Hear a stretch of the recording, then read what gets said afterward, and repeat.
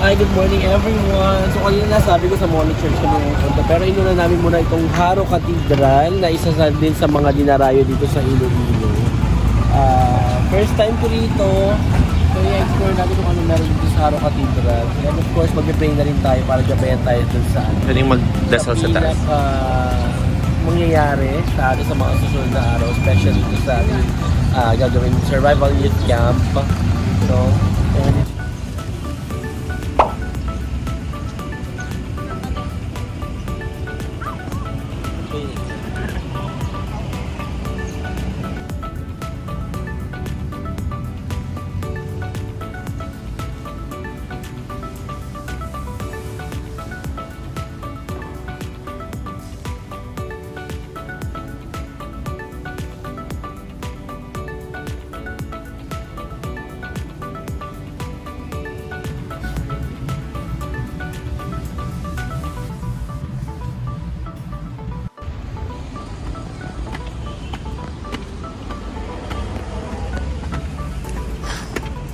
so ngayon, aakit tayo dito sa imahe ng Señora de la Candelaria de Haro.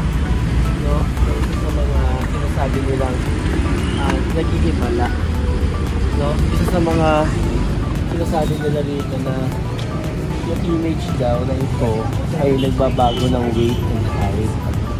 To the point na lumalaki siya, bumibigat. So, nahihirapan ng buhatin.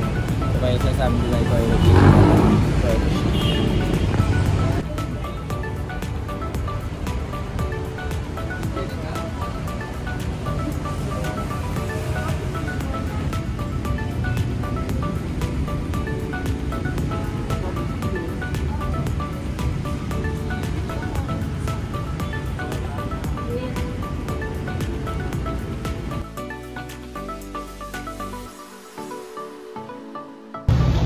Nandito tayo ngayon sa tinaguriang second oldest church in the Philippines, which is ang Miag-Ao Church. At ang patron saint nila dito ay si Santo Tomas de Villanueva.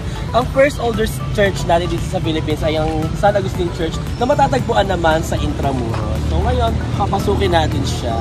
Dahil kung makikita nyo yung pinaka-infrastructure niya, especially yung mga materials na ginamit dito ay adobe, mostly, no? At saka hindi siya basta-basta. At since ito ay second oldest church, malamang ito ay mano-mano sigurong ginawa ng mga sinaunang Pilipino. Tara, pasukin natin. Wait lang, bago natin pasukin, tingnan natin yung nakakatuwang makita yung ayun, yung tinatawag nilang fruit bat. Diba? Yung puno na maraming paniki, ayan, nakakatuwa. Takaling tapat ang daming paniki. Yun lang. Pasukin na natin ang Miag-Ao Church at na-excite akong makita pa yung pinaka interior design ng ating second oldest church, which is yung Miag-Ao Church. So, tara.